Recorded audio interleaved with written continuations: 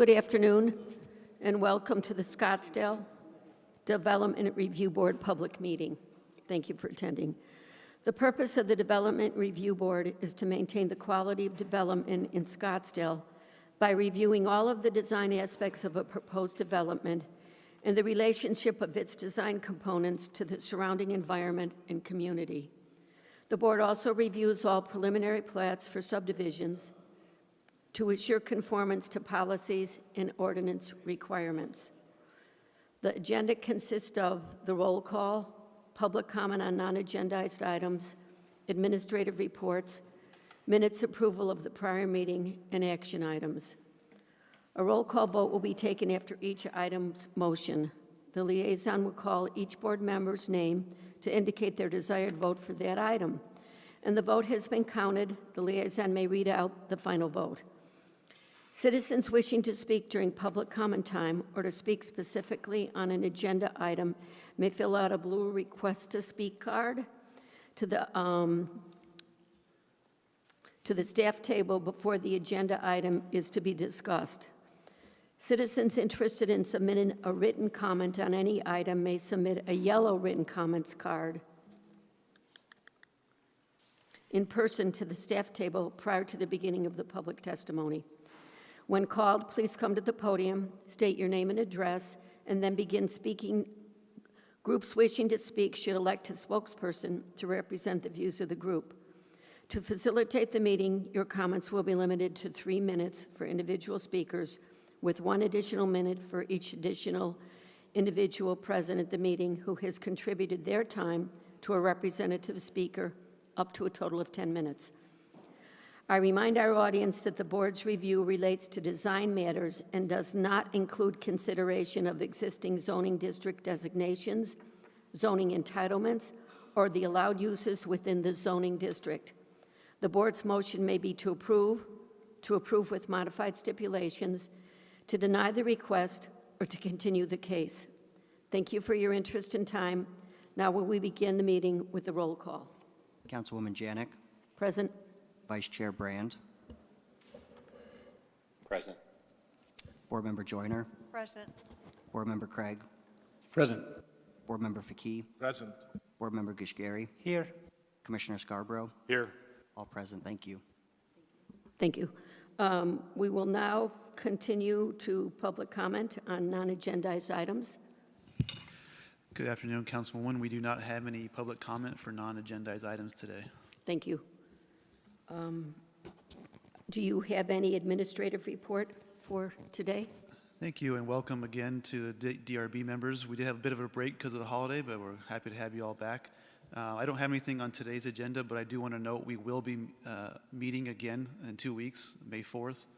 We have a couple items on that agenda, so we hope to all see you then. Thank you. Thank you. Next, the minutes.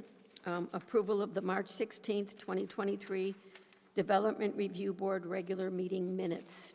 Do I hear a motion? I move we accept the minutes. Second. Second. Thank you. Councilwoman Janik. Yes. Vice Chair Brand. Yes. Board Member Joyner. Yes. Board Member Craig. Yes. Board Member Faki. Yes. Board Member Gishgari. Yes. Commissioner Scarborough. Yes. Minutes approved. Thank you. Thank you. Next, we will move on to the consent agenda, and Commissioner Brand will be recusing himself on item number 3. So our vote will be for items 4 and 5. Do I hear a motion? Councilman Janik, I'd like to make a motion.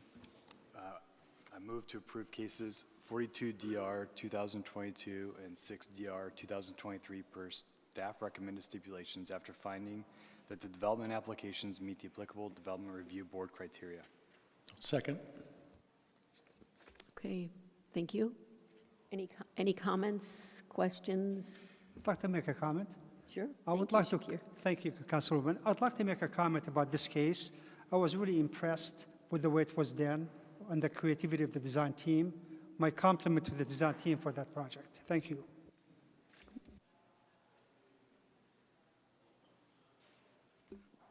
Do you have a comment?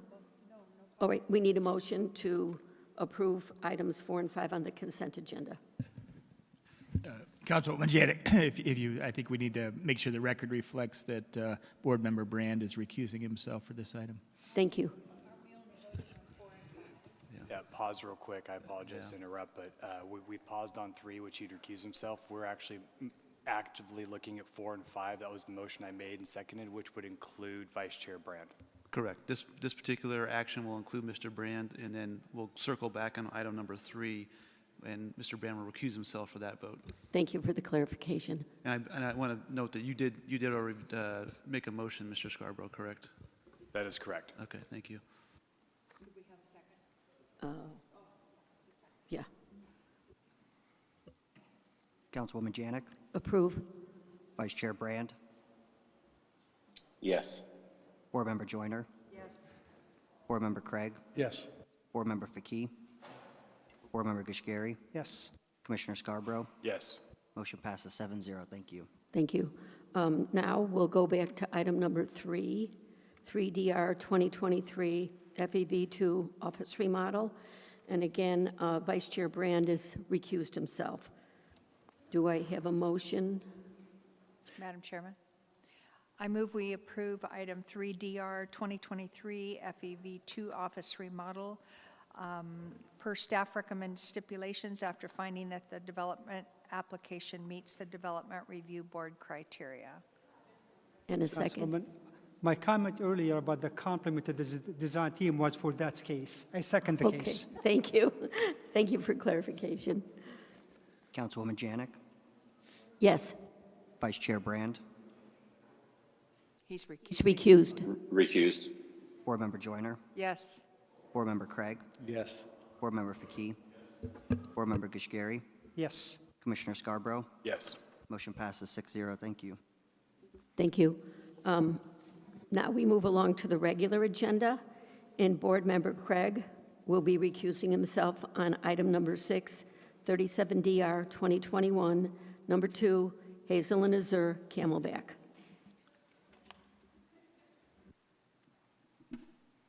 We'll start with our staff presentation. Thank you. Yes, thank you, Councilwoman Janik, Commissioner Scarborough, and Board of Development Review Board members. I'm Brian Clough with the city's current planning department. I'll be giving you an overview of the request before you this afternoon, focused on the canal improvements associated with the Hazel and Azure development. So specifically, as I mentioned, this is for approval of the canal bank improvements that are associated with Hazel and Azure, which is a mixed-use development that was previously approved by the Development Review Board. And the Development Review Board continued the canal bank portion of the proposed development to allow more time for the applicant to work with SRP and the flood control district that oversees the canal bank. The site we're looking at, highlighted in yellow here, is at the northeast corner of Scottsdale Road and Camelback. Also highlighted is the overall site for the Hazel and Azure development. Here's a closer look at the site, identifying only the canal bank. So that section there, highlighted in yellow, is the area of focus for the canal bank improvements. And the existing zoning on the site is downtown regional commercial office type 2. It's also within the plan block development and the downtown overlay. The portion of the canal to the south is under a different category of C3, also within the downtown overlay. This here is just an overview of the site plan of the Hazel and Azure development that has already been approved by the Development Review Board. This is a mixed-use development that contains approximately 532 dwelling units and also 13,000 square foot of commercial. And the canal bank section that we're talking about is where the project fronts the canal here and then extending down to Camelback.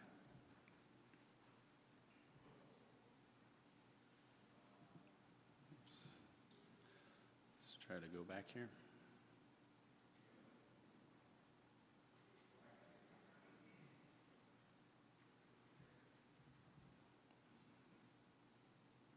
Not sure why it's jumping around here. I'll just leave it there for now. So the canal bank improvements for Hazel and Azure are associated with the original zoning case that goes back to 2011. There was a stipulation on that zoning case that obligated this developer to provide canal bank improvements along their site frontage, extending all the way down to Camelback Road. The exhibit that's on the screen here is an exhibit that was referenced in those zoning stipulations as to what those canal bank improvements should look like. The areas highlighted in red boxed out, show the portions that are under the obligation of this project, being Camelback on this side here, with the match line here extending up to this point here, which is where the Safari development ends. So the project site frontage is here, and the rest extends down the canal bank. I'll note that when this was included in the stipulations for the City Council approval, this document had not been reviewed or approved by SRP or the Flood Control District, and it was referenced that was part of a different DRB approval as a conceptual plan of kind of the level of improvement that the city was looking to have along the canal bank here. I'll also note that the stipulation of the City Council did allow for some, or provide for some flexibility for the Development Review Board to approve alternate designs to this exhibit. So this exhibit here is what is being proposed by the developer today for the canal bank improvements. The top portion here being the part that fronts to Camelback, extending up to this portion here that is the site's frontage. So you'll notice along the project frontage, as well as the end towards Camelback Road here, which is about a 150-foot long section, it is a higher level improvement than the center section. You might call it a bookend with enhanced design. The entire length of the canal bank will have a 10-foot wide sidewalk, lighting, and landscaping. The bookends will have enhanced landscaping and additional amenities like benches and areas for gathering and pedestrian connections. The main difference between this plan here and the plan that we looked at previously is the center section maintains the existing grade to accommodate the drainage structures that exist within there. There's some below grade box culverts as well as an open channel that's through there. They're proposing to maintain the existing grade and landscape over that. The sections adjacent to the project and further south along Camelback Road will be leveled for the whole canal bank, so those areas can be improved to that effect.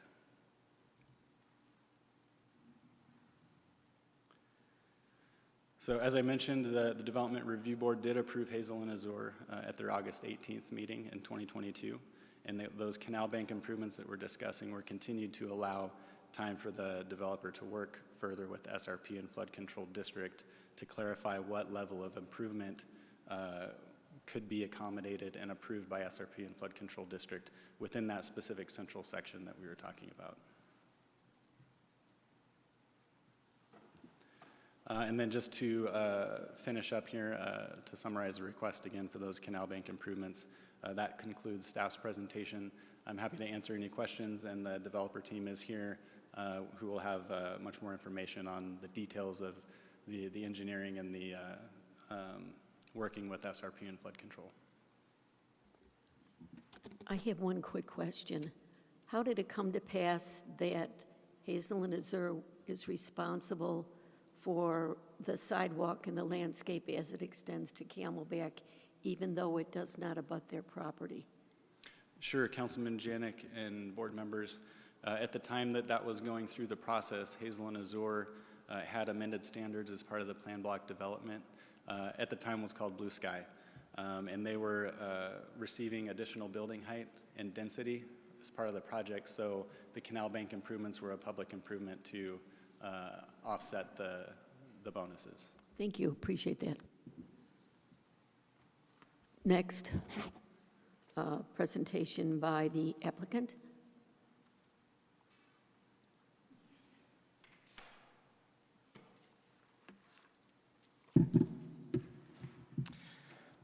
Thank you, Madam Chair.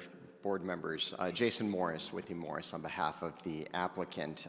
Pleasure to be back in front of you again. As staff noted, we had the opportunity to present this to you in August of last year, and it was approved unanimously. Subsequently, it went to City Council because there's a stipulation that requires this case to both go to DRB and City Council. So City Council heard it subsequent to your review and similarly approved it unanimously. Just a little bit of a reminder as to what occurred, and I'm going to expand on staff's comments because Brian did a great job. Chris Floor and Chris is the one who's actually going to be able to provide you details and the technical aspects. You all know I'm not capable of that, but I can give you a little bit of the history. And the history of this was when we presented it to you, it was actually at our hearing, our initial hearing before DRB, that we talked about those canal improvements.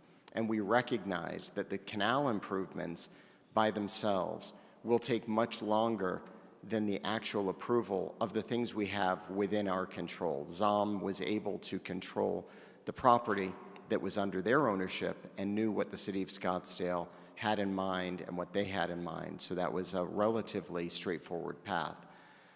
Fortunately or unfortunately, in order to complete the canalscape improvements, it includes input from Maricopa County Flood Control District as well as SRP, in addition to the city of Scottsdale and, of course, the applicant. So the challenge was, how do we coordinate these efforts? And actually, through your motion, you separated the canal bank improvements from the project as a whole. The project as a whole was able to move forward with the idea that it will allow the project to move forward while we discuss this with flood control and SRP. That has occurred. We came to an accord, and what's being presented to you is essentially the brainchild of approvals and what is acceptable to all of those entities today. I'll give you a little bit of a...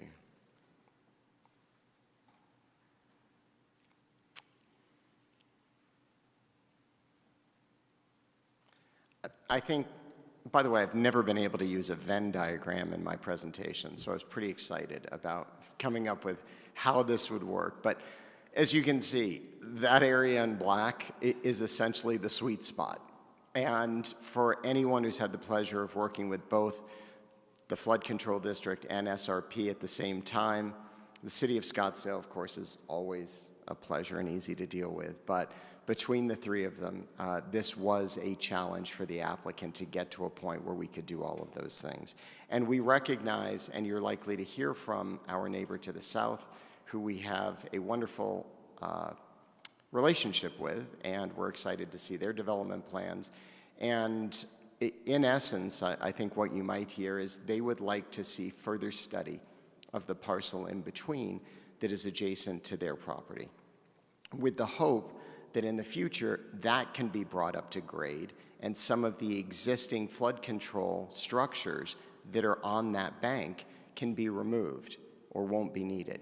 At this point, the flood control district is not there, and in order to do that, we would have to endeavor to study it for likely 12 months. The type of study that would be required is a 12 to 24-month process, but we will certainly commit here to meet with that property owner again before City Council, because this item also has to go before City Council for final approval, to make sure that we're coordinating our efforts. But there's been no shortage of coordination efforts. And in fact, Mr. O'Brien actually had to sit through our original presentation in August, so they're very well aware of what's occurring.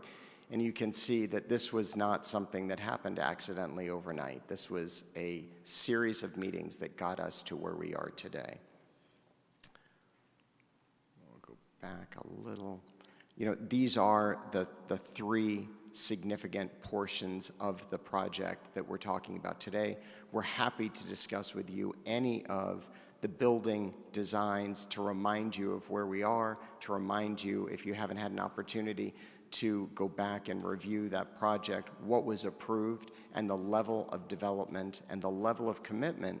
But I can tell you, just as a reminder, this canalscape is very important to this project because we, as a property owner, are moving forward and creating a pathway, a pedestrian section from Scottsdale Road to the canal on our property, which is essentially an art walk as well, and a major amenity for our project. So this portion has become a focal point for us, which is why the money and the time and the effort is being spent to make sure that this is done properly.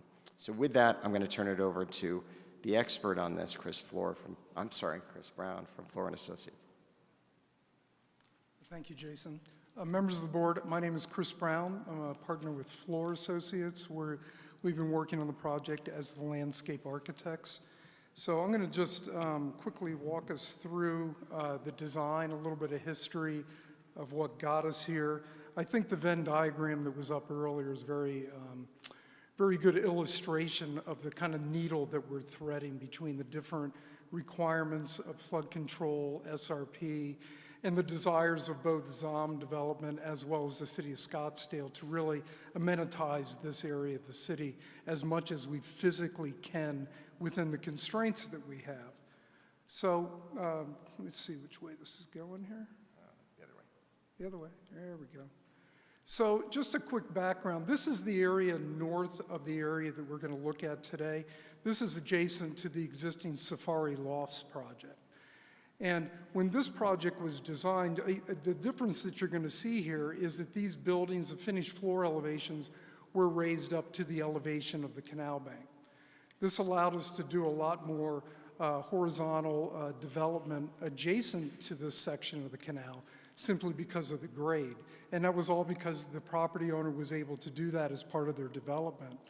But the other thing to kind of notice in this, this photo is the area adjacent to the canal. And there's a 20-foot wide width there that SRP controls, and they won't allow anything to happen in that area that could potentially impede any of their maintenance vehicles. So no vertical development, no trees, no shade trees, no light posts, no benches within that 20-foot zone. The overall right-of-way being 40 feet wide.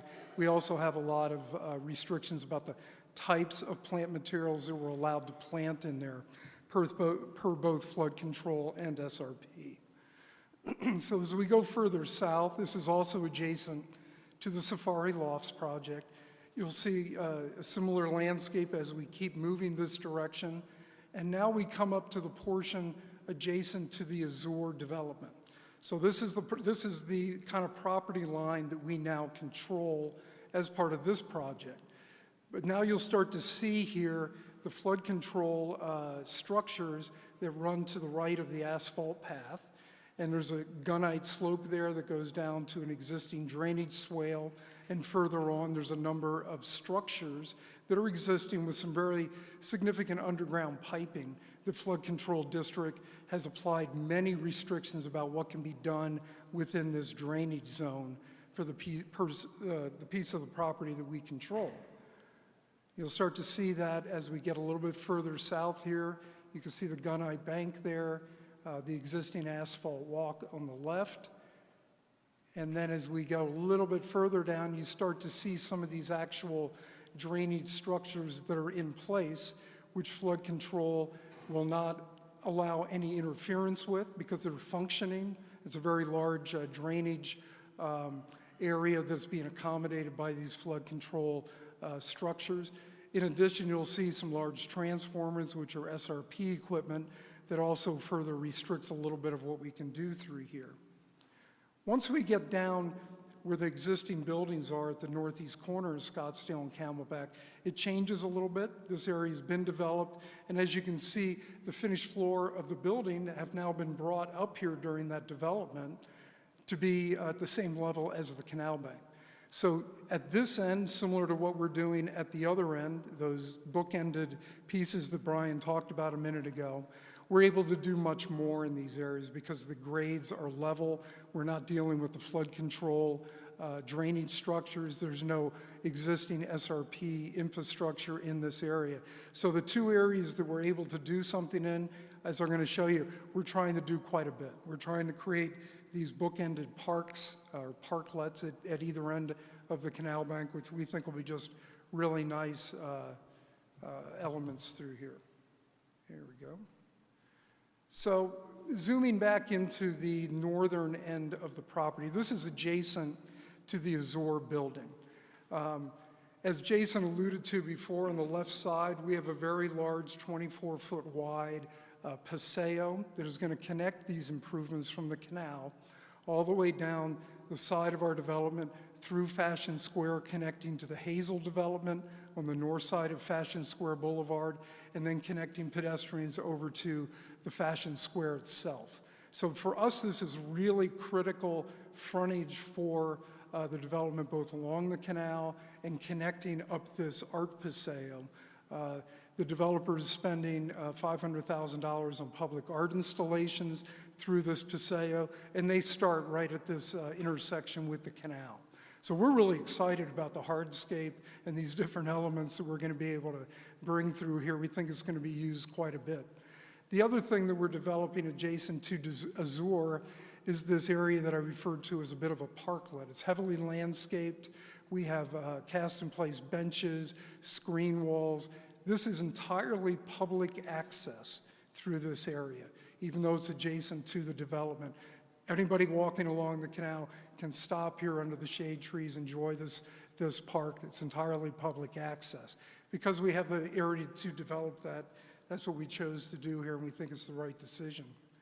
But as we then move further to the south, we're into that middle section where the existing flood control structures limit to what we're actually able to do.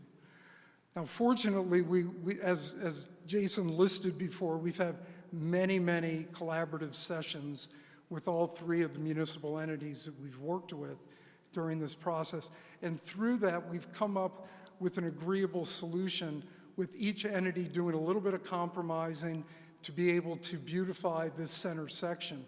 And what I mean by that, SRP, as I mentioned before, won't allow anything, including shade trees, within 20 feet back of their canal edge.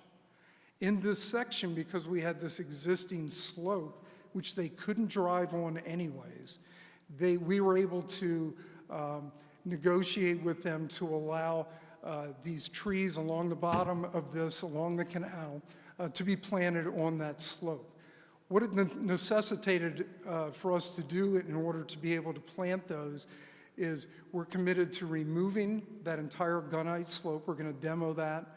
We're going to remove it. We're going to restabilize the slope with an open mesh type of a system that allows us to plant these trees on the slope and hold that as a stable slope. We vetted that through SRP. They're allowing that. We've also vetted it through flood control district, and with the incorporation of kind of a unique irrigation system and some root barriers, they were eventually amenable to allowing this as well. I guess I just re-emphasize it's been a lot of negotiation and a little bit of movement on everybody's behalf to kind of get us to where we are today. And then when we move beyond, we're the flood control district down at the corner of Scottsdale and Camelback, we're again able to do much more. We can improve the entire 40-foot right-of-way here, all the way over to the edge of the building. So we're planting larger shade trees here. We're incorporating cast-in-place concrete benches, some raised planters outside of that 20-foot zone. And we're also doing an enhanced plaza at the corner that coincides or complies with all of the Scottsdale Road development guidelines. So we have enhanced paving, the lithocrete that's required there is all being incorporated into that streetscape at the corner. The final thing I'll point out here is another SRP restriction. Because of their vehicle turning radiuses, we weren't allowed to do any vertical trees like in that round planter. So that's a flush planter. But again, that's one of those compromises that we agreed to make sure that SRP had unimpeded maintenance access along this entire canal frontage. So with that, I'll open it up for any further questions for myself or for Jason or the developer. We also have Ramsey Georges here from our civil engineering team. If there's any more technical civil flood control issue questions, he's here for that as well. Thank you. Michael Ann Joyner, you have some questions? I do. I'm confused, which isn't a new thing. Are we talking about improving Area 1 and Area 3 as part of this application? I thought we're just doing Area 1. Madam Chair, Commission Member Joyner, we're actually doing areas 1, 2, and 3. So everything between our project, and I'm going to go to slide 4, which I think is So you're developing all the way down Yeah. to Camelback Road? right. Our frontage, this shows just our frontage along the canal. That is typically what you would expect the developer to be responsible for. Because of a stipulation which now dates back decades, we are required, and we did agree, to do everything the length of that canal scape. Sorry, I'm going backwards. I did not understand that. Thank you. Certainly. I do want to commend you in being able to get something approved through SRP in 6 months or less, so congratulations on your hard work. But that was the only question I had. Thank you. Do we have any other questions? Okay, I do have a question. The middle section 2, where you have the SRP underground piping, you will be putting a 10-foot wide cement sidewalk above. Correct. Have you thoroughly vetted that the plumbing is sufficiently strong so that you don't have to dig everything up and take an extra 6 months, maybe a year, to complete the project? Well, Madam Chair, great question.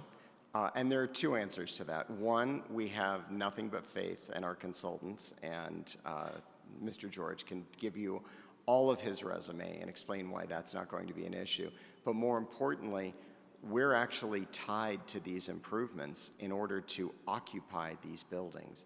So nobody is more vested in making sure this is done right, because it really does have to occur before we can allow people to move in. Thank you, appreciate that. Thank you. I think her comments have something to do with a roundabout that we're all working. I got that impression. All right, thank you. And we do have a person who's requested to speak. It's Boyce O'Brien. Please state your name and phone number, and you'll have 3 minutes. Did you want me to stay here, boys? Do you want to just talk phone? Yeah, I can. Do you want me to do it for you?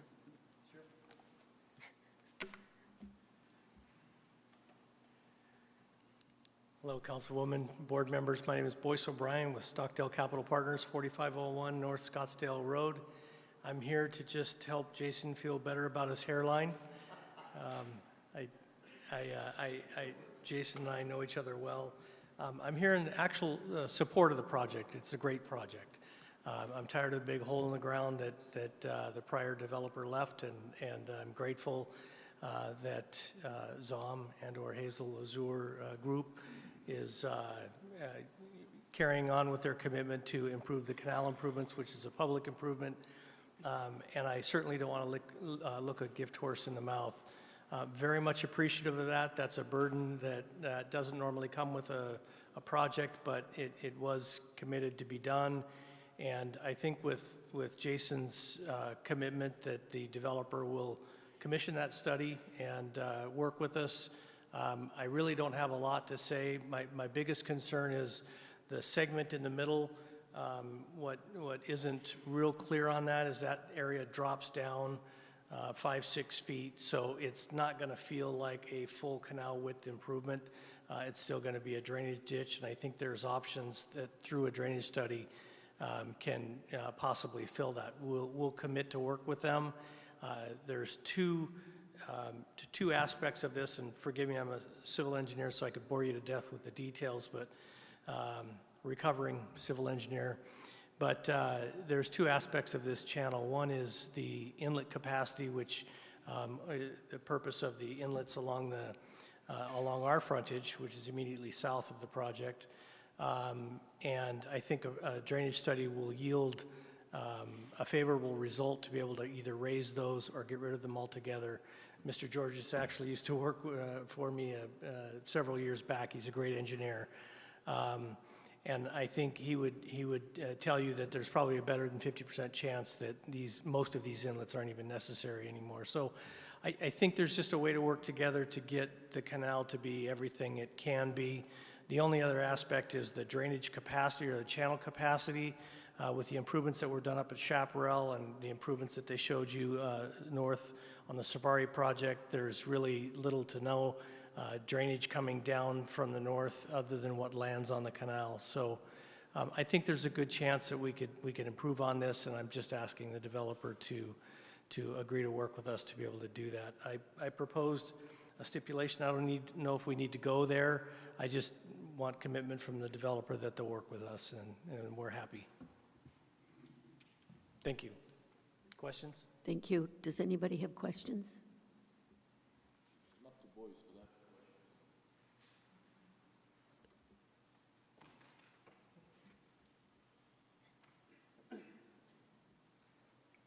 Madam Chair, just based upon my knowledge of Commissioner Faki, I'm going to ask much more qualified people to come up to the podium to help me.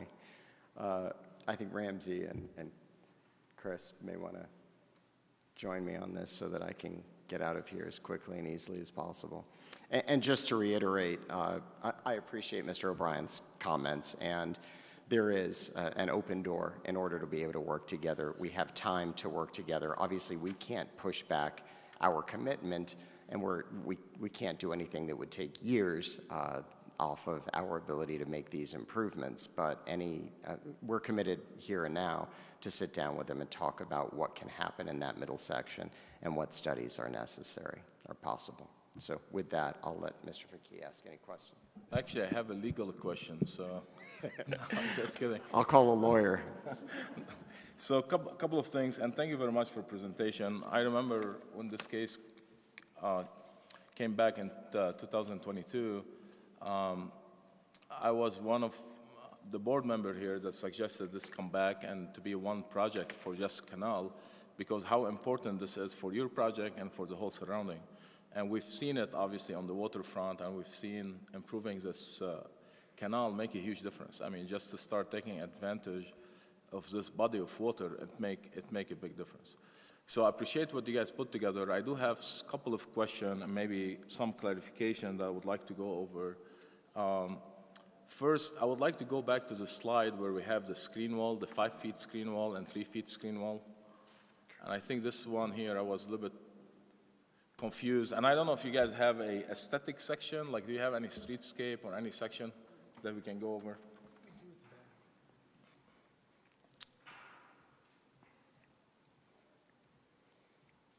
So the one with the screen wall. It was, I think, the last slide. Here we go, this one. Yeah. So I'm trying to, I mean, you have a 5 feet screen wall and 3 feet screen wall, and then you have, it seems like a really steep channel over there. I'm trying to visualize it, but unfortunately I am also a civil engineer, not to recover one, but I am one. And I'm not able to envision how those 5 feet screen wall and the 3 feet screen wall play a role in this, in the aesthetic next to the sidewalk. And I'm looking here, if you look at what you show 3 feet high decorative screen wall, and you show one next to it 5 feet in the middle of the wash. Right. I don't know if you guys can see this cursor. Would it be okay if I stepped around to the screen and pointed? I'm okay with this, but Oh, can you see the cursor? They can see it? Okay. So part of the clarification here, this area from here all the way to here is level with the canal and with the finished floor elevation of the building. This is where the drainage channel begins. So the 3 and the 5 foot high screen walls that I believe you're referring to are the ones that occur in this area here. So envision this entire area as something you can walk directly off the canal into these landscape areas, sit around on this. This is a flush walk that leads all the way into the back of this. And these small screen walls are just intended to break up that space, provide a little bit of screening for the adjacent residences, and if we do some commercial development, perhaps in this area in the future, that would all just kind of work as a front yard for that end of the building. So But we don't again- have any raised walls once we get into this area, until we're at the other bookend. But you do have a 5 feet screen wall though, right? You have a 5 feet screen wall just next to the sidewalk. Right here? Yeah. Down, Yes, sir. Correct. Right. And again, this is a flush area, this flush with these sidewalks. I understand. I'm just trying to visualize how those 5 feet screen wall is going to look like. I mean, why is a vertical 5 feet screen wall? Is this Because this is supposed to be a public amenities, right? So I'm trying to understand the enclosing this in 5 feet screen wall. I'm just not able to see the aesthetic of it, I guess, because this will close the area. It's not going to open it up, right? Well, in my opinion, it is still extremely open, and a 5 and a 3 foot screen wall, aesthetically and architecturally, from my design sensibility, is just being used in these areas to kind of break up just an expansive, simple landscape, just to put an element in there, create some shadow lines, and create a little bit of a screening buffer from the canal and also from the building itself. Okay. So it's an architectural element similar to the seat walls. Fair enough. Yeah. Do you have, I mean, I appreciate that, and you guys do an awesome design, but do you have any, like, elevation, streetscape elevation, where we could see this section? Let's see what was included at the back of this. I know the drawings in the back of this packet are a little bit larger, so they take a little while longer to come up. But I think, and I believe these were included in the DRB packet, but I'm trying to land on the one in the middle. There we go. Yeah. No, So- I'm looking for, like, color perspective. Do you have any streetscape elevation for this area on how these walls will look like? I don't Okay. have that with us, I'm sorry. Yeah, I see those section. I was looking more for the aesthetic of it, because again, in my mind, you're making the bank bigger. You're making this bank more to be a public amenity. You're riding on the sidewalk, and I just envision more landscaping, more open area, more public, inviting, I guess, right? So I'm not seeing how the proximity to these walls to the sidewalk, how does it provide this? Okay. Well, I'm not sure how else to answer the question, except that there are architectural elements that I think look good. Fair enough. Well, again, I will leave it up to the other board member. If other board members see it, clearly it's fine. If they don't and they agree with me, and if we can see some perspective here, this is what I would love to see.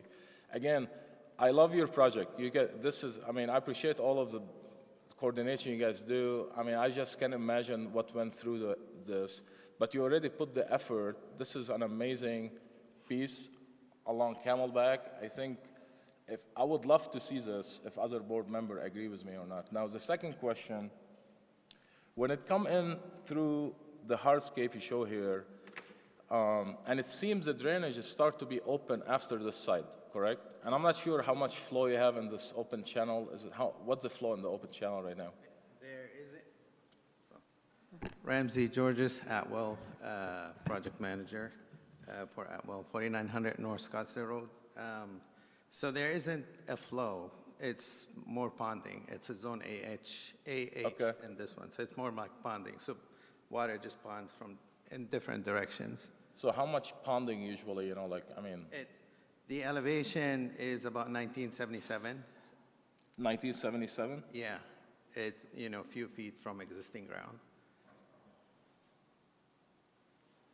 It doesn't get to the top of the canal, just to give you perspective. It just stays like a couple of feet lower. Okay. And the reason, again, I'm sorry, Mr. Morrison, you're right. I'm the one who got into much detail, I guess. But if you look into the elevation related to the parking and existing, the elevation you provided right now is almost 1.5 feet higher than the parking. Right. So there is no water staying there at this elevation, right? So the storage is a lot less, because your parking right now is at 1976. And this, again, I'm looking at the section that part of the DR's submittal here. So your parking spaces on the west side is about 1976. So I don't know where we get the elevation. Maybe FEMA data is not accurate, I don't know, but I don't think the water go into the parking spaces. In the parking spaces of the southern property, is that the one you're? No, I'm referring more on the west side. So in your section, just west of the sidewalk, or north, I guess, northwest. Anyways, it is a FEMA study, and it's 90. It came through a study that happened a few years back. It may require updating, but that's where we are now. And again, I'm not asking you to do the whole thing, but this is why I'm trying to understand when you guys meant with flood control, and we're dealing this with a lot of projects where we have some FEMA data that's not accurate. Right. And we've dealt with it in North Scottsdale for a long time, where every developer bringing 2 feet of dirt just to meet the AO zone requirement, right? And I don't know if this is a similar situation where there is no much water here and we can flatten. And the reason I like the flatten idea, just based on your section, if it's doable, I'm not saying doable, but you're showing cross slope right now almost 2 to 1. So based on what you mentioned, and I know trees hopefully will hold in this kind of slope. I'm not a landscape architect, but it's pretty steep. And you're riding bike and whatnot just next to this slope. So I think, like making the slope a little bit flatter, it will add so much value to what you guys are trying to do, because even the sidewalk connection, I mean, it doesn't affect this section because it's flat, but down, it could make this improvement a lot better. Even your trees will show up a lot better, right? Even if we can add just 3 feet of berm over there. So I don't know if there is any way to at least ask the question. It doesn't affect SRP, or actually it does, but if there is a way to flatten this a little bit. I don't know if the question been asked or not, but. It is a good question, and it has to do with basically studying the area, that otherwise we can't fill in the floodplain. You have to compensate for whatever you fill in the floodplain, but it is a good question. Yeah, and this is one, I mean, in the past what we've done, even if you flatten it on one side and you have a vertical drop on the other or something about 24 inches, I don't know, I mean, especially on the other side of the canal, just something to think about, because 2 to 1 slope next to the sidewalk is pretty steep. And I don't know what the city requirement, I guess. Usually in Rightful, we want to be 6 to 1. I'm not sure if the city had any concern with pedestrian or even biking next to the sidewalk. I don't know if staff could answer this, but does the city has any concern with a 2 to 1 slope next to the sidewalk?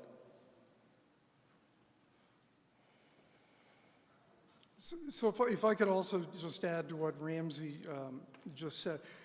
What we have out there now is an existing 2 to 1 slope. That's the existing condition. Correct. And based on many, many, many phone calls that we had with the flood control engineers and the people that needed to ultimately approve this plan, they weren't going to allow us to bring any fill in to flatten that slope. It would have required retaining walls. They wouldn't allow any surcharge from a structural standpoint that would affect the existing underground pipes here. So I think a moment ago you asked us if there was anything we could do to mitigate the 2 to 1, and there really is not anything that Flood Control District would allow us to do to mitigate that. And I do think that what we've done here by adding this row of trees is very helpful in terms of a safety thing. We're essentially building a little bit of a guardrail along this slope that does not currently exist. If somebody wasn't paying attention, they could ride their bike right now into a gunite slope to the bottom of this channel. So what we're doing is should be an improved condition from that, and based on flood control, it's really the maximum improvement that we're allowed to do through this area.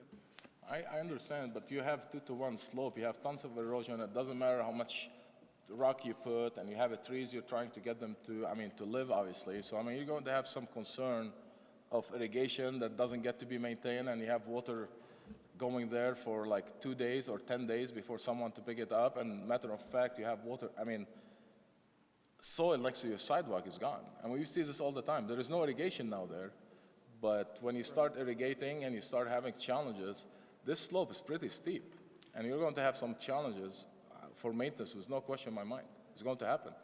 And I'm not going to disagree with that at all. This was a conversation, almost identical conversation we have had with flood control, because they had the exact same concerns about landscaping this.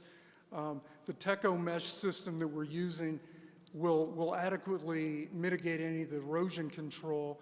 We agreed to install an irrigation system in here, keeping main lines a minimum of 10 feet away from the flood control district structures. It has automatic leak detection, shut-off valves, so it wouldn't be possible for it to run 2 days unnoticed and create any erosion in there. These were part of the agreements that we made with flood control. The final one actually had to do, we have a continuous rigid root barrier along this entire row of trees on both sides of the underground flood control structure to further protect the flood control drainage structure from any potential damage from any root systems. So as a landscape architect, I'm quite satisfied that we're going to be able to mitigate any type of ongoing erosion, potential irrigation issues, potential interference with the trees for the function of the flood control stuff. In addition to that, I know it's an ongoing issue, but I believe the maintenance of this is going to eventually fall back on the developer, and they've agreed to do that. So it is their responsibility to maintain this.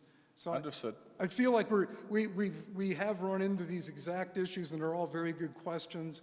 And I believe the design that we're presenting has done the utmost to mitigate each one of those concerns. Again, what you guys did is great. I mean, the bottom line here, from the origination of this project, this improvement is going to be great for the public, and it's going to be actually great for your project. I mean, if anything, I'm trying to get to here to see if there is some added value we could do to whatever you already done, but it seems like you've done a lot of homework already.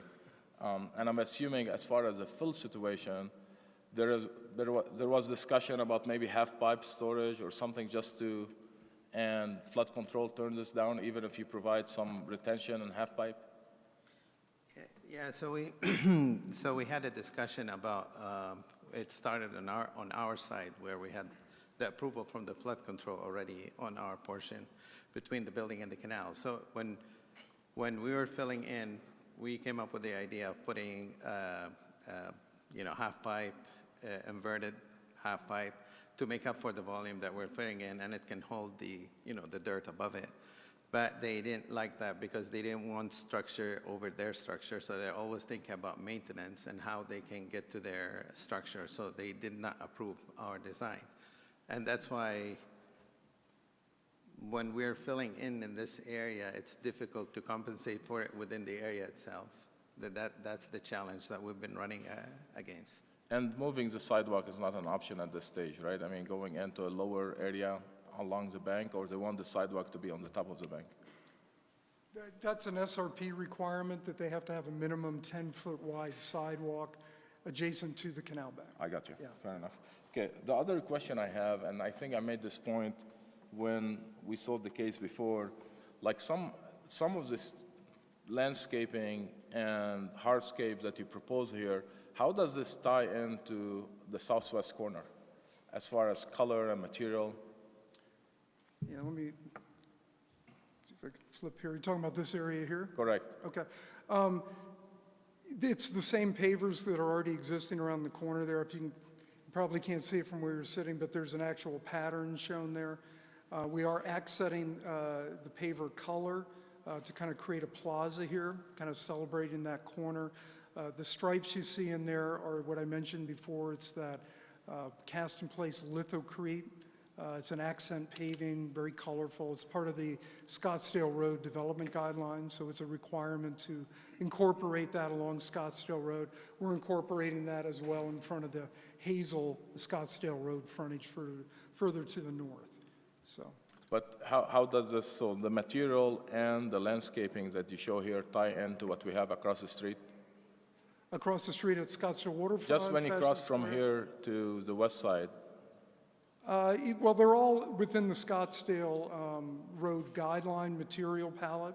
I think everything we're doing here, the green trees are a variety of what's commonly known as the Desert Museum Palo Verde. This is the emerald variety, which is approved by SRP. And the rest is just kind of a xeriscape with different types of deer grass and low ground covers. Okay, which is fine. I guess what I'm asking just that we have a continuous design that go in from the west as soon as you cross it here. So, okay. Yes, I believe so.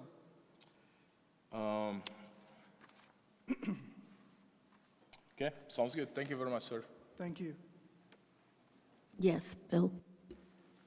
Thank you, Councilwoman Janik. Thank you for actually answering the one question I had, or one of two, and that is the maintenance is going to be done by the developer.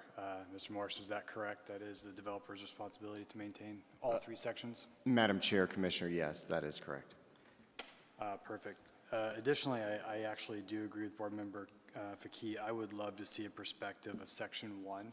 I'd like to see how the 5-foot wall plays into this open space that's for the public, because it feels almost as if it's an entry feature into the project for private use, and I would like to be able to see that perspective and understand it better. So I'd be looking for something similar.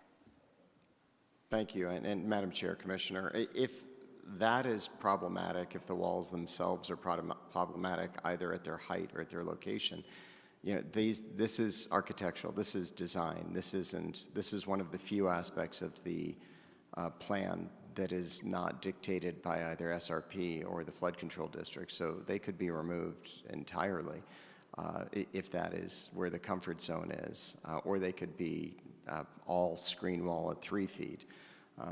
But we obviously would appreciate your feedback, but would love to move forward. For me personally, I'd like to see how it looks. I'm not adamantly opposed to it. The 3-foot walls, I have no real qualm or issue with. It's the 5-foot wall and it's solid CMU.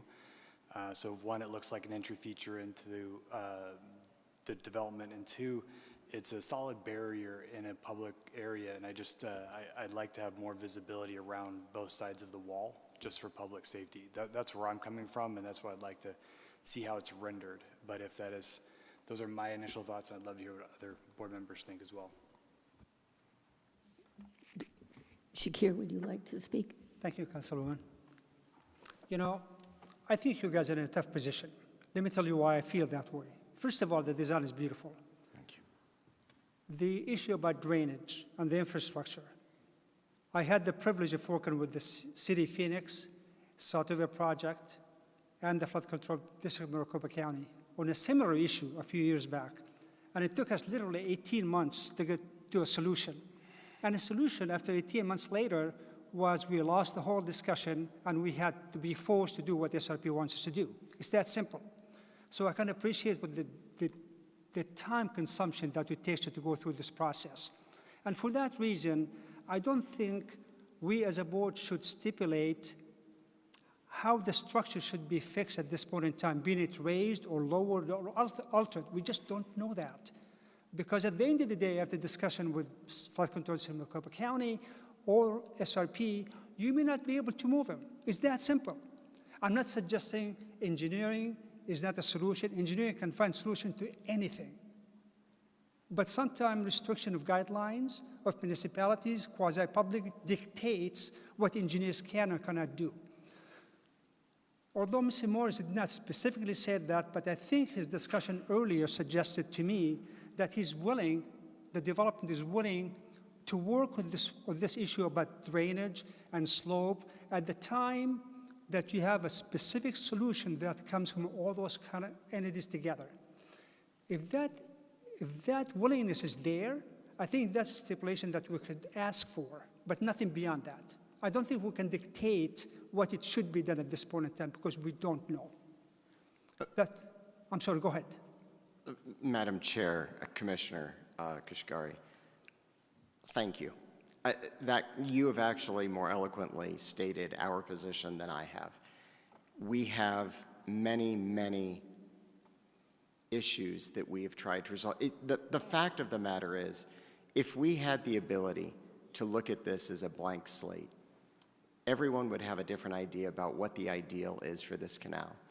And we have actually worked at this, although I appreciate the compliment from Commissioner Joyner about getting it done in 6 months. It's just been 6 months since we were here last.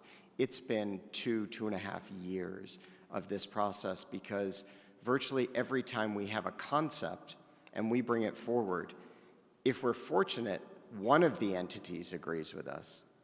But ultimately, we had to get approval from all of them, and to find that sweet, it's why that Venn diagram was really the only way I could illustrate what we were talking about. So we are so sensitive.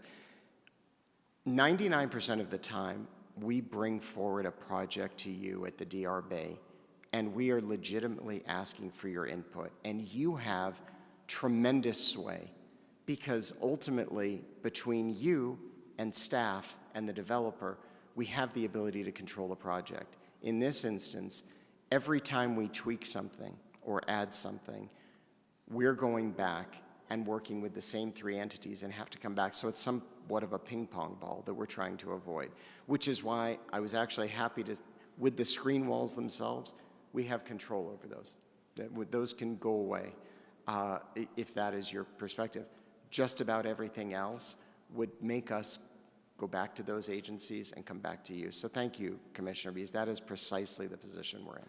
Thank you, Mr. Morris. And again, back to Member Fakih suggested, I also agree 2-to-1 is too steep. I agree with that 100%. But I also realize I don't think you have the privilege and the ability at this point in time to mess and alter these things within the flood control district jurisdiction or SRP. You can't do it without their all blessing. So long as we have the willingness, again, so long as we have the willingness from the development to go ahead and mitigate those issues upon the right time, that's all what I would ask for. So I can appreciate the difficult position you're in because I've been there, and it's not that easy or not that fast. You'll get to the end result, but be patient. Thank you, Chair. Yes, Mr. Vicky. Councilwoman, thank you, Board Member Gushardi. The biggest thing, though, I disagree with you because if this is the case, we should have not continued as a case from August. I mean, we continue as a case from August because we want to get staff on the design. And honestly, when I sit here on these projects, this is probably one of the few projects that us as a board can make a difference. It truly is. We see a lot come in. I mean, there are a lot of cases coming in that I think, like it's not as high visibility as this one. And we'll look what happened across the street. It could be one of the best things that happened along the canal. And this is our opportunity here. And if the developer today tell me, Ali, if you don't approve this, you're going to affect our project schedule and it's going to take us, down in a really bad position, I would say, okay, I will back off. But we are on stage. You guys didn't start construction yet. I mean, you're starting preliminary. This is our opportunity to work with you to make this better. This is how I see it. And I think having a perspective, looking at it, even go back, revisit with flood control. We do this. It happened across. I think fill situation is an easy mitigation. Unfortunately, there is landlord and whatnot that involved in this, but us as a board, this is one of the most high-profile crossing in the city. This is where everyone bikes. This is what happened. I mean, if my kids want to go to the waterfront every day, I mean, if they could, this is exactly what this could be. And I think you guys did an amazing job, but there is no rush time for us to go through without seeing the whole picture on it. This is my take. Unless you tell me today, I have to get this approved today or something will happen, I think we could fine-tune, present a perspective of how this will look like, how is this going to be a public amenity, and if you need me, I will make myself available if you want me to be some meeting, or maybe staff could help with some discussion with SRP or flood control, and I think staff should, honestly, be involved to help you. But this is your opportunity and our opportunity to make this section better. There's no question in my mind. Thank you. Madam Chair and Commissioner, you're not wrong. And it would be a different situation if we hadn't asked almost precisely the questions you've asked us to ask. But to delay to go back to be told the same thing again when we've already been given an answer, I don't know is productive. And I have to say, personally, I've walked this canal since I was 8. And the condition that canal has been in is certainly nowhere near as what we're planning this to be. And I'd hate to sacrifice the good for the great because it's not ideal and it's not everything that any one of us would have designed individually. The fact of the matter is the passion that you have isn't necessarily shared by SRP and the Flood Control District, but it is shared by the developer. They're spending $1 million to do this right, and we are trying to do it within everyone's bounds. But merely by delaying us won't, frankly, the amount of time it would take for us to go back and get authority from Flood Control District to do something different would be significant, and it would affect and does affect the timelines for what we're talking about. That's not to say that we can't continue to work and ask those questions. That's why we agreed to work with the property owner next to us. But this will be, like I said, where we can make changes and where we can make accommodations, we've always been willing to do that, and it's always what we tell our applicants. That is our job. But this is, To the extent that we cannot make changes, it's beyond our purview, and to some degree, a large degree, the DRB and the city of Scottsdale, because they can't drive this by themselves. Understood. All what I'm asking for this, I would like to see aesthetically, even if we don't change, how this will look, how my canal perspective will look from the sidewalk, what's the pedestrian experience and connection along this stretch. Okay. And I would like from staff to really dig deep into the drainage component as far as flood control, because we have our own flood control administrative, and I would like to look at this retention basin to see if there is any leeway to probably, figure out other solution to help the applicant so they don't have to go through this step to maybe offset this drainage volume somehow, because there is nothing exists upstream, downstream to it. I mean, it's just a matter of coordinating maybe from our side to call flood control. And it's to our benefit to remove this and flatten this area. It really is. This is all what I'm asking. Two requests: aesthetic, and hopefully staff could help, engineering department help, maybe with a call to flood control, just to see if there is any other process or any other thing we could do over there. Councilmember Janik and Board Member Faki, I'll just add to that that staff has been involved over at least the last year, as the applicant team has been working with SRP in the flood control district. We have been involved in meetings with the flood control district and made it clear the city's desires, which were a lot of what you're speaking to, in trying to level out the canal bank and getting as close as we could to those original plans that were contemplated with the 2007 case. With regard to the city's stormwater department participating, they've also been involved. However, their involvement is a bit more limited to reviewing plans that may get submitted to the city to confirm that any work is not having any negative impact on surrounding properties and things like that. I know we had our stormwater reviewer who was reviewing this case on the line through Teams. I'm not sure if he's still on. He may be able to add some information to that if he's still on the line. Thank you. Yeah, hi. I'm still here. This is Gassam from the Stormwater Group. I've been reviewing this project for the drainage aspect, including the conditional letter of map revision that has been submitted and approved by FEMA. However, that part of it was specific for the project itself and the flood zone impact right at the boundary of that project. It didn't go into the downstream area to the west, which, if any changes to or impact to adjacent flood zone AH, it has to be processed through FEMA, and which is a very lengthy process. And one of the limiting condition is part of it is to provide compensation for any volume to be replaced by any grading. And since the owner doesn't own the land there, so that add additional complication and coordination with with the property, adjacent property owners.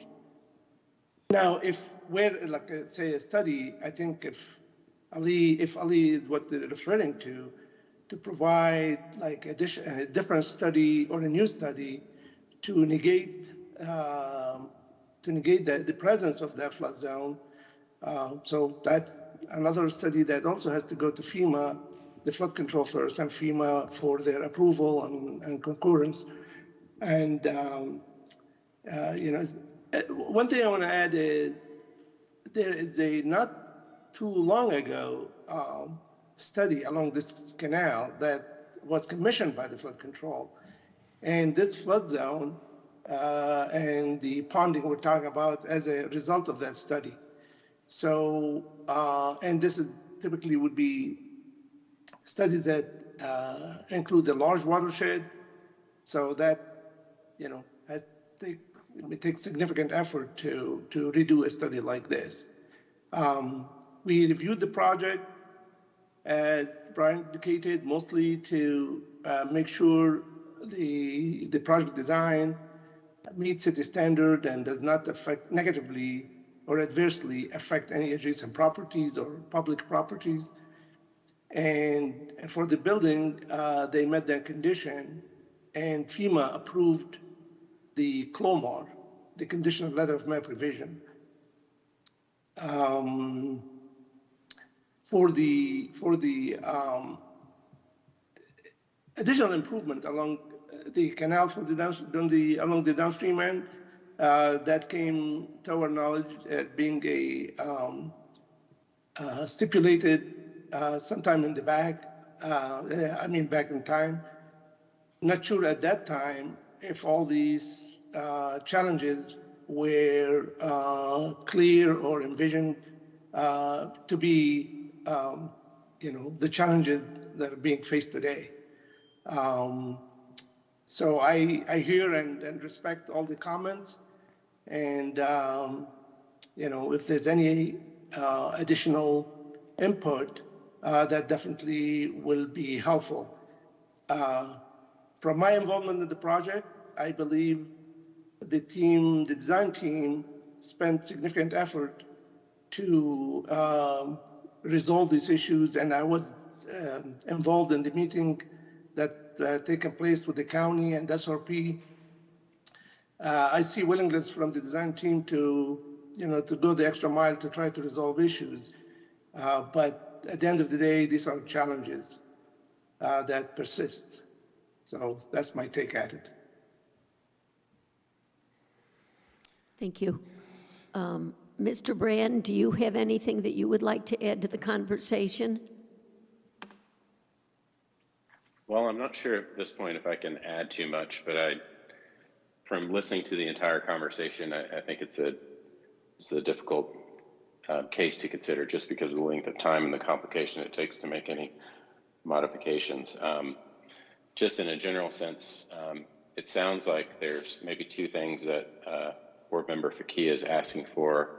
I'm personally being able to see a graphic that just illustrates the height of a wall, and being able to see a rendering that depicts the condition on the canal. Seems like something that the applicant is willing to do and does not have an implication on a timeline of an approval process. But the additional studies are looking at an alternate method of drainage. Seems like something that could have a large coordination time period, which is probably something that I'm not, would not be as supportive of, because it seems like the applicant has done an extensive amount of due diligence in researching this. But again, this is a condition that is likely, we can see the complication of how to get something done in this area. So once something gets done, it's likely to be done for a long, long time. So you've got one chance to get this thing right, which I think is obviously under our purview to make sure that this gets done correctly. But that's just my brief thoughts on it. I appreciate all the conversation. I think I appreciate the expertise that's been brought to this board by Commissioner Scarborough and Mr. Fakia and Mr. Gushgari and all the board members in total, but particularly from a civil engineering side. This is a great discussion to have to make sure that we're doing the right thing. Thank you. Councilwoman, can I add one more comment? Sure. Thank you very much. Mr. Fakia, I agree with you. We should make sure this project is beautiful. That's our job. There's no question about that. The only concern I have, quite honestly, is the fact that I'm not optimistic about this team, your design team, will have any solution within the next 30 days to 90 days minimum from SRP. You're not going to have solution. I'm not optimistic about this. It's going to take a longer time. The concern I have is it really fair or just for this development to be held until that solution is arrived from SRP? I think that is undetermined. So perhaps there's a way that we can meet in a happy medium, if you will. Maybe have cross-sectional detail, which is important, provided to staff and have staff provided to us. But what I don't want to have happen is hold this process for the development to move forward because of the approval process from the other municipalities or quasi-public that we don't have control over. That's the issue that I'm struggling with. So just put that in perspective. Thank you. Thank you. Mr. Faki. Quick comment, and I'm not trying to hold the project based on SRP. not. No, and I'm not asking you to go back to the whole process you've done. This is what I'm asking. Again, I think, drainage department answer on all of the coordination been happening on it. As I mentioned earlier, there is two elements to it. I think if we can get some perspective for this, some section, some streetscape elevation to see the visual on how this look like, this could be an added value for us. And the second component, seems staff already talked to flood control. I was trying to help to see if there is something we could do from our side, but it seems like everything been tried. Now, my question to you is, if this get to be postponed 2 or 4 weeks to get those perspective back or to get those sections, does this affect any schedule you have? Because, I see you guys didn't start the building yet, so I'm assuming you have some time. But I'm just wondering, how does this affect your schedule? I'll answer, Madam Chair and Commissioner Faki. I'll answer from the developer standpoint of what we're doing. You're right, we haven't begun construction. Construction, the way the stipulations are cited, construction of the buildings and construction of the canalscape have to occur simultaneously, and because our certificates of occupancy are on hold until that's complete. Anticipating the issues just that we've had getting the approvals for what we want to do, and knowing that we're going to have to go back through actual construction involving flood control district and SRP, we're very anxious to move forward. I can't answer how long the perspectives would take, but to the extent that we can follow Commissioner Gushgari's lead and provide those perspectives so that you see those perspectives and even have an opportunity to comment on them before we get to City Council, which has to hear this case as well, would be very helpful to the applicant. And I'll defer to Mr. Brown as to how long those perspectives would take. Councilman, Yes. I'll ask staff, is it possible for us to approve this case and have it sounds to me like the main concern is what the fencing is going to look like. So lots of things happen before a fence gets built. So can we approve the case? I'm asking legally, can we approve the case and then just ask to have a drawing come back of what these fences are going to look like? If I could just suggest something. If the 3 and the 5 foot screen walls are the impediment to getting approval today, we're just going to remove them, and we would accept a stipulation that those wouldn't be removed. I didn't think they would be controversial when I put them in, and they weren't intended to be, but we're more than happy to do that in order to move this forward. Thank you. And thank you, Commissioner. This may help, Madam Chair and Commissioner. I actually misspoke. We have to have DRB approval, which includes the council approval, before we can pull our building permits. We are in for third review on the building permits, so it is actually much more critical than I thought in terms of planning.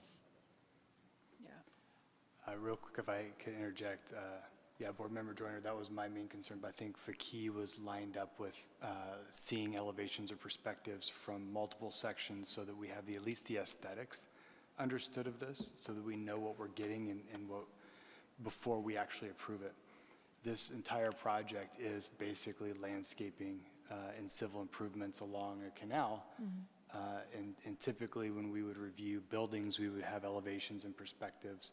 And I think what he's asking for, and please, Ricky, you tell me if I'm wrong on this, but I think what he's looking for is just an understanding from a perspective of each one of the segments of what it's going to look like so that we know what we're getting. And I would suggest that I also agree with Shacker as well, that, you know, trying to go back and try to figure out the other two pieces of the pie here is not what we're trying to do. But I want to make sure that the piece that we do have control over is as best as it can be. So for me, I would love to also see those perspectives. I would like to be able to see what we're going to be getting. understanding the constraints of the other two stakeholders in this equation. And I believe that was Fakir's point. For me, yes, the walls were a concern, but I can also see his point as well.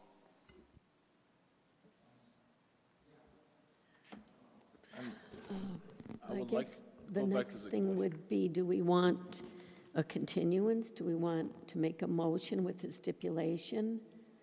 I'm not sure the best way to proceed. And I would like to ask staff about the last point. So everything is approved right now, building and civil. They're waiting on this piece to be approved for them to start construction? Is this what's going on? Councilmember Janik, Board Member Fakir, as Mr. Morris stated, they have been going through final plan review process for the past several months, and their plans are queued up for approval, mostly approved right at the finish line. I don't recall off the top of my head if each different plan is ready for permit, but they're very close to being ready for that. But they're not done yet. So I'm assuming 2 weeks from now is not going to affect the overall schedule, right? So if this get to be pushed to like May 4th to get perspective, I don't know if this gives them enough time, but this doesn't affect, it seems like we have a couple of weeks before this hold the project in any way, I guess. When are they scheduled to go to City Council?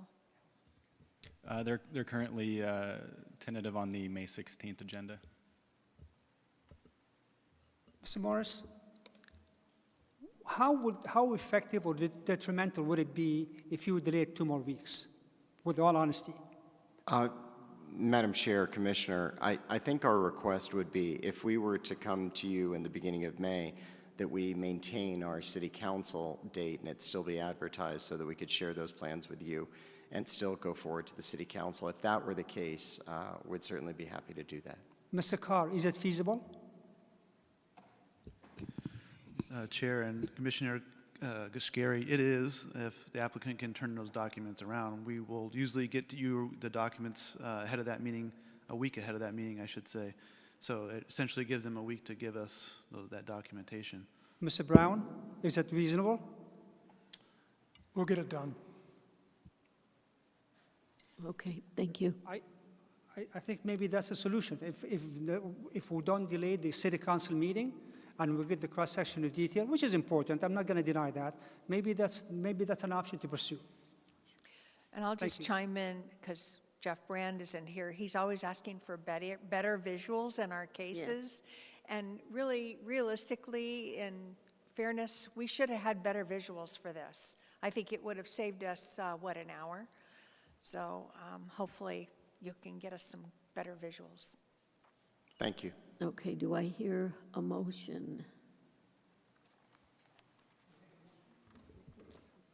Yeah, I think we're ready, yes. Thank you, Councilwoman Janik. I make a motion to continue case number 37DR 2021 number 2 to the next agenda's item for the Development Review Board, provided that this process does not delay the potential case to go before the City Council as scheduled. Thank you. I'll second it. Councilwoman Janik, Yes. Vice Chair Brand, Yes. Board Member Joyner, Yes. Board Member Fakir, Yes. Board Member Gishgari, Yes. Commissioner Scarborough. Yes. Motion passes 6-0. Thank you. Thank you very much. Moving on to non-action items, number 7, 1DR 2023 Scottsdale Gold Bullion and Coin. A request for review and discussion by DRB of proposed building elevations for a new commercial building, which includes various uses like office, bar, retail, studio space, totaling plus minus 14,000 square feet on a plus minus 1 acre site located at 15465 North Hayden Road with planned air park core development. Good afternoon, Councilman, Commissioner, Board members. My name is Katie Posler, and I am here to present 1DR 2023, which is the Scottsdale Gold Bullion and Coin case, and this is a non-action item. So we're looking for your feedback and discussion on the proposed architecture before it comes back for a formal vote. The site is located on the south side of North Hayden Road and southeast of North 84th Street and North Hayden Road. To the north are multi-use commercial buildings. To the east is Home Depot. To the south are apartments, and to the west is a vacant parcel, but it has vested zoning for retail and office buildings. Here's a current look at the site, which is vacant. The zoning on the site is PCP AMU, which stands for Planned Air Park Core Development and Air Park Multi-Use. Here's a proposed site plan. I wanted to provide this for some context of the building. The north side faces North Hayden Road, and the east, the south, and the west face the internal parking and landscaping improvements and drive aisles. So the building architecture is inspired by 1930s Art Deco and industrial hangar buildings.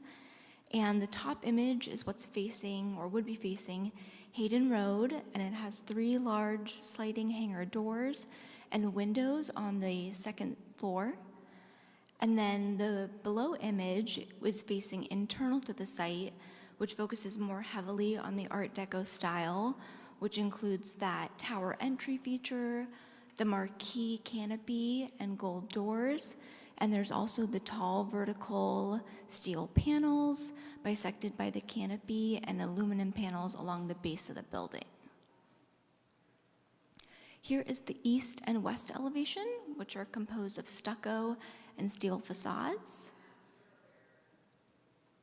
Here is the applicant's proposed perspectives. The top image faces internally, and the bottom image would face Hayden Road. I thought it would be helpful to provide some context to the area. The second DRB criteria talks about building relationships with one another and fitting in. And some of these buildings have a more contemporary commercial style. So here are some photos for reference. This is the north side of Hayden. You have the U-Haul building, the multi-tenant building, Brake Masters, and then the State Logger House. And then here's the roundabout for North Site in Hayden, where there's the Harley-Davidson building, the theater, the AAA auto repair building, and this new bank. And then moving to the west, you have the Starbucks that was recently renovated, Home Depot, and then the top right image is the apartments that are to the south of this subject building. And it is important to note that 2 of the paint colors being used on the proposed building do match the apartments. That concludes staff's presentation on this non-action item. And just to recap, we're looking for some feedback from you, and the applicant is also here to provide more information. Thank you. Councilman? Yes, thank you. Katie, can I ask you a question? Sorry. Which view is going to be had by the occupants of the apartment? I believe that's a retirement home community, right? So what are they going to be looking at, and what is the height perspective to that building? Councilman Janik, Board Member Joyner, so that would be the south elevation, which is the top one right here, and that would face the apartment buildings. Okay. And for a little more context, here's the site plan. So there's a canopy and then a drive aisle, and then further south is the apartments. Okay. Okay, thank you.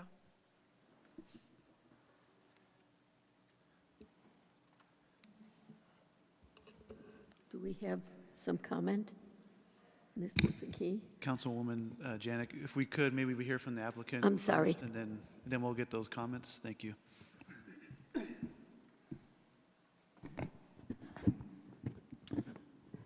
Hello, members of the Design Review Board. Thanks for reviewing this and offering your feedback on that. My name is Keith Zollman. I'm the architect for this project and the applicant for it. I can answer many questions for you. I can also further describe what's going on. Member Joyner, to your question about the relationship to the apartments, the apartments are something that we have been considering carefully because it's a part of the same original parcel, if I remember correctly, that's been Right. subdivided a couple times. And so it's linked to it. For that reason, we have, I guess you could say, tried to provide as much separation as possible between the residents of the apartment complex and the building we're proposing. The building is a completely different use, of course, and so that separation allows us to increase the open space, the plantings between them, provide a little bit of more articulation. It's also lower, it's not as tall as the apartment buildings. And then by using the colors associated with the apartment complex, giving a little bit of more of a connection and a coordination that way, so it's not, we're not trying to juxtapose it, we're not trying to create some sort of stark contrast between those buildings, even though they are different uses, different types, to create a more pleasant living experience for them. This particular site does not directly connect to the core apartments via their main driveway at 84th Street. There will be internal circulation once the other lot is fully developed, and I understand that's in review as well. We're kind of going along concurrently. So that connection is close but separated, to describe it. Yeah. Do you have any questions so far, members? Well, can I just make one more comment? I'm sorry. When you come back, I would really like to see a design or a rendering of how the two look from one another. I already took a note of that, so yes. Thank you. Yeah, very good. Are you finished with your presentation yet? I don't know. I could be. I brought. No. No, I don't want to interrupt with everybody adding comments unless I know you're done. Well, I don't know how familiar, you guys are probably not at all familiar with this. This is probably the first time you've seen it, I imagine? I'm very familiar with the property. With the property? But is this the first time you've seen the drawings? Yes. Okay.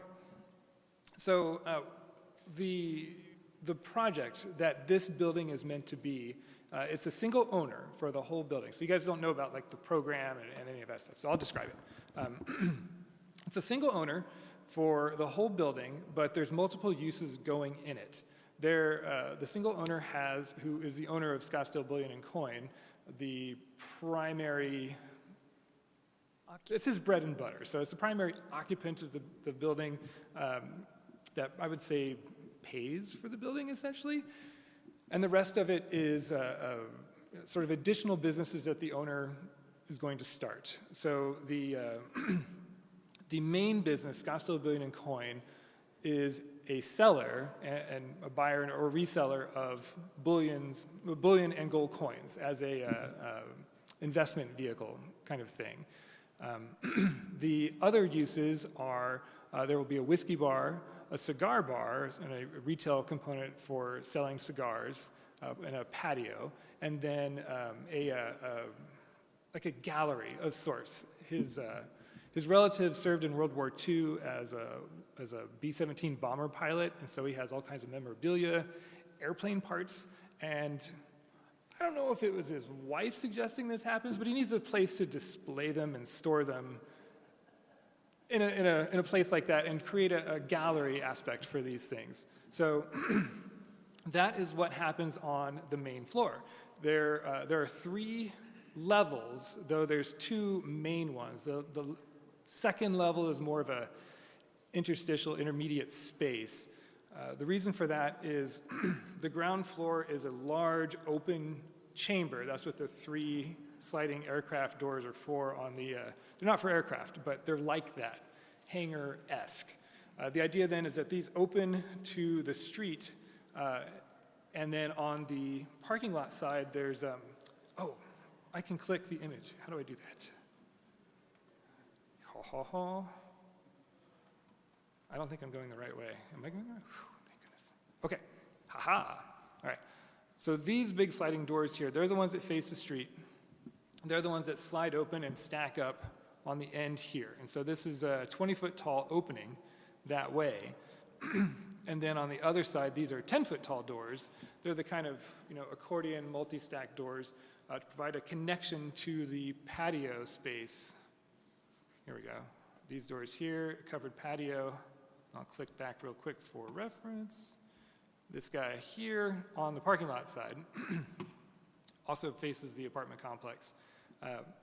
That then creates a large open space, lots of ventilation coming through, and activates this interior where we have airplane parts on display, and then also the whiskey bar, and then smoking for the cigars. Inside, they've got a space for that, and then also in this patio here as well. So we have a lot of ventilation. We have two specialty units called a dual outside air ventilation system for bringing in fresh air and then filtering it before exhausting it back out to keep it clean.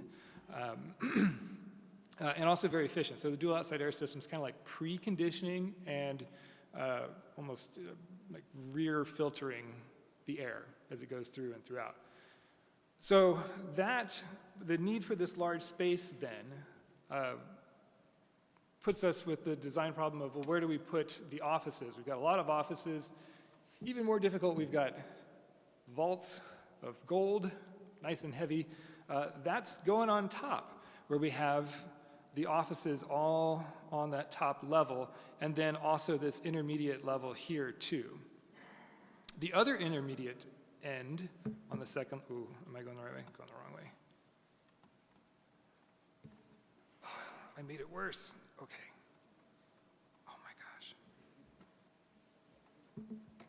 Hey, some drawings. These will work. I can work with this. Excuse me, I don't think we need quite as much information as you're giving us. Oh, good. That's why I wasn't sure. So it's multiple uses in this space, and the idea behind it then is that it is 1930s wartime architecture. And that speaks to the cladding of the metal, the hangar-like feel of it, using that openness to activate the space for guests visiting the more public sections. And then the Art Deco component is to provide a visual separation in the same building for the bullion and coin section. That's the tower. I mean, it's not really a tower because it's connected. Oh, well, this works. This section here as a visual separator for patrons of the bullion and coin business instead. So it's very clear which one you go into. On the street side, then, it's meant to be more unified and more hangar-like. The references are actually drawn a little bit from the neighboring structures. This is the State 48 Logger House. That one's very strong Art Deco influence here. And then these are, frankly, they're boxes, but that's part of the idea. It's very similar and evocative to wartime architecture where it must be fast. Like that. These are immediate neighbors. And then right now it seems like the apartment complex is more front and center because there's a giant vacant lot in front of it. But once this is built, that separation will be more felt. They'll be way more distinct. Okay, I actually think maybe we should start going to specific questions. Yeah, because I'm done. Yeah. I will start with Mr. Craig. I was just going to start with everybody and go down the line. Great. Thank you. Quick question. What's the height of the building? 38 feet. 38 feet for the 3 stories, 3 levels? Correct. Right, okay. I guess just for something I'd like to see is when the submittal comes in for context, and I think I listened to it on the previous case, but some perspective views or how the landscape interacts with the site and how the landscape screens the adjacent properties and focuses on the architecture, and then also the outdoor patio that you discussed. Would love to see a little bit more detail on that too. So also make sure your white LRV is. I'm sorry? Make sure your white LRV on your colors meet the city's requirements. Oh, they do. We have samples if you want to see them. Yeah. I'm going to jump to Mr. Fakih so that he can make his comments before he leaves. Thank you, Councilwoman. Sorry about that. So a couple of things. I usually, anything that sells cigar, I will vote to, but I have a question for you on what's the style of the architecture again? What is the style considered? It is essentially two of them smashed together. There's Art Deco for this one, and then this is 1930s hangar architecture. So it's we didn't have an Air Force then; it was sort of an Army Air Force. So, I mean, to echo board member, Craig, it's really tough to see. Maybe, perspective could help. I mean, it's like a lot of color, a lot of movement, but I'm not seeing how this all coming together. Like the southwest elevation seems a concern to me, especially heading north on Hayden. When I look at it, it seems like you probably have two windows, I guess. But this will be one of the main elevation that people will be seeing heading north on Hayden, especially on the curve over there. The same thing at your corner, in the southeast corner. And obviously heading south on Hayden, they're going to see all your west facade. So those perspective, hopefully we could see the architecture a little bit more, but in 2D perspective right now, or the other 2D elevation, I don't see it. I see a little bit, I mean, maybe it will grow me, I don't know. But where I am right now, I'm having a hard time connecting to what you're proposing at this corner. Like I'm seeing at the southwest corner, I see a challenge. The north corner, probably because of Home Depot, you don't see much of it. But the west side mainly is the main one, west and southwest. So I think they need some work, maybe add a little bit more glazing to it. I don't know what's the answer. I'm not an architect, but I'm just, giving you my comments. So. Thank you. Thank you. Commissioner Joyner, do you have any comments?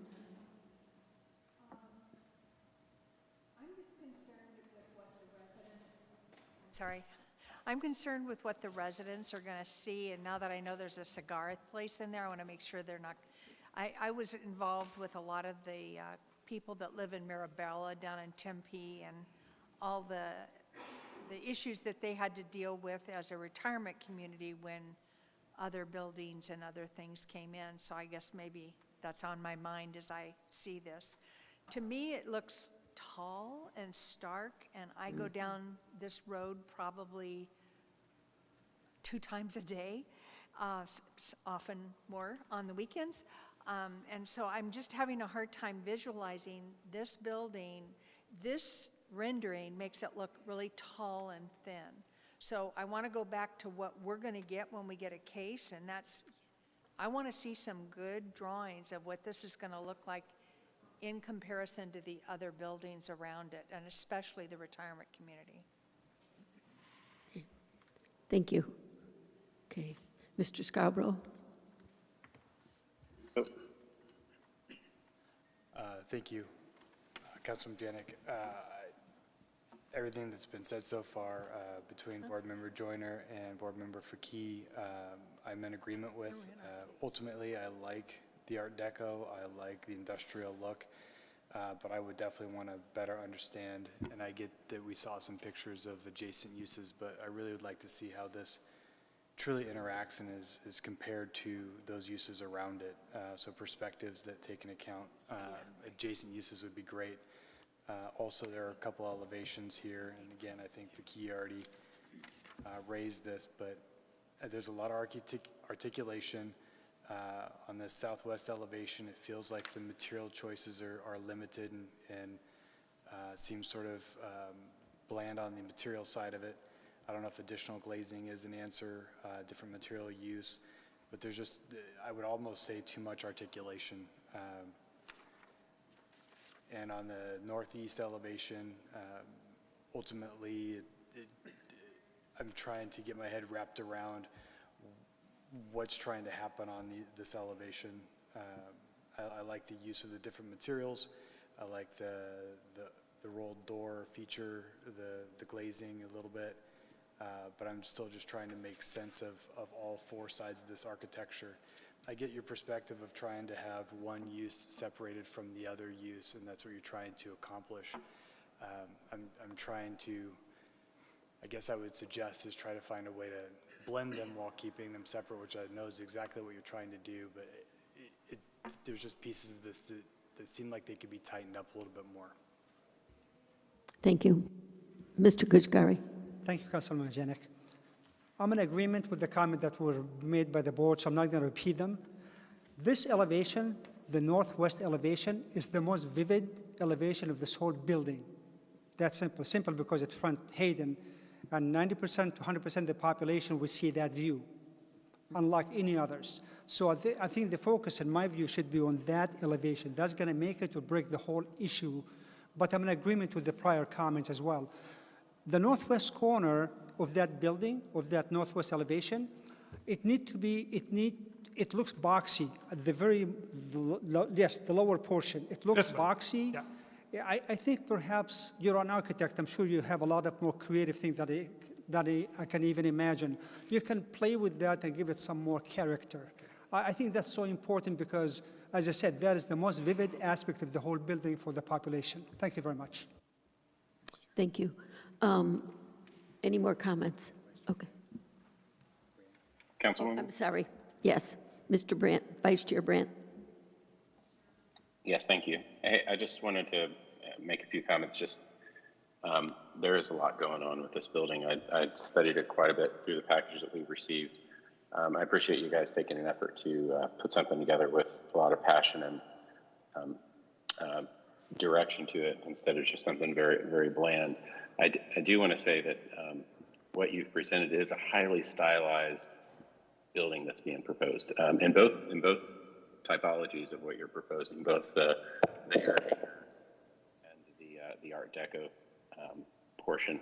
I would probably argue that not a lot of the buildings around this area are nearly as highly stylized, although there are some very minor kind of deco elements with the arched roof or the radius roof on the brewery across the street, but it's not nearly to this level. I would just, I don't have a problem. Actually, there's some inconsistencies between the elevations and the 9 square or the warehouse type of squared window that you have on the elevations, and the perspectives, they're much larger, which doesn't look quite as nice. But I think you want to make sure that when you come forward with an application that you've cleaned up the discrepancies between elevation and perspective that you're offering.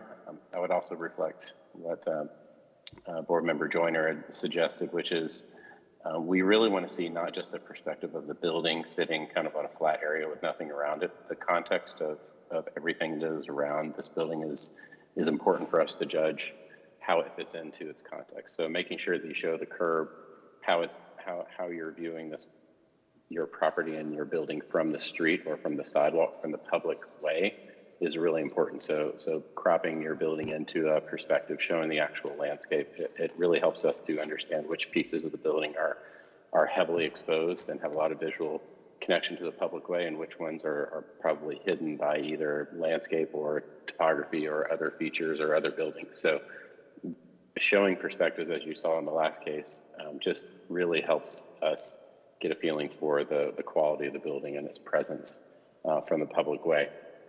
But I would just, on the building style itself, I would agree. It seems like there's some stepping and cantilever and stepping that happens on the west facade or the southwest facade of the building that maybe is generated by some of the changes in plan as you go up. I'm not sure that's consistent with a heavily Gothic language or an Art Deco language that you're trying to do there. But I would also highly suggest that when you're doing a very stylized building of this sort, we're trying to judge whether it fits into the context and it's appropriate for Scottsdale and the air park and the neighbors. But also, so I think you want to not necessarily temper it, but just really make sure it fits in, and that if you're doing something that stands out, it stands out in a quality way and doesn't stand out for its own sake, but for something that the city can be proud of on a public roadway. But I'd also just, again, having two different stylized, maybe design typologies on the facade to create two separate areas that I'm not sure they're working with each other really well right now. You may want to have and bridge them together a little bit better, or maybe go a little bit one direction over the other. But I think that's, as you're looking at the facade, really the deco tower portion just doesn't, I don't know that it's marrying itself to the rest of the building. And some of this stuff raises concerns that if this building is ever, has a different use, that it really doesn't have the adaptability or the ability to be used for anything other than an incredibly specific use that you guys are designing right now. So just those are some of the observations that I have. Take them or leave them, but definitely understanding how this building presents itself on the public way when you come forth to the for a hearing is critical for us to understand. So thank you. Thank you, Vice Chair. I just have one comment on your upper rendering. When I look at it, it just seems too vertical to me. And it appears to be tall, even though I'm guessing it isn't as tall as it appears. So I agree with everybody else that's up here that we need better renderings, diagrams, et cetera, so we can judge it a little bit better. Thank you. Motion to adjourn? Okay. Do I hear a motion to adjourn? So moved. Okay. All in favor? All in favor? Aye. Aye. Aye.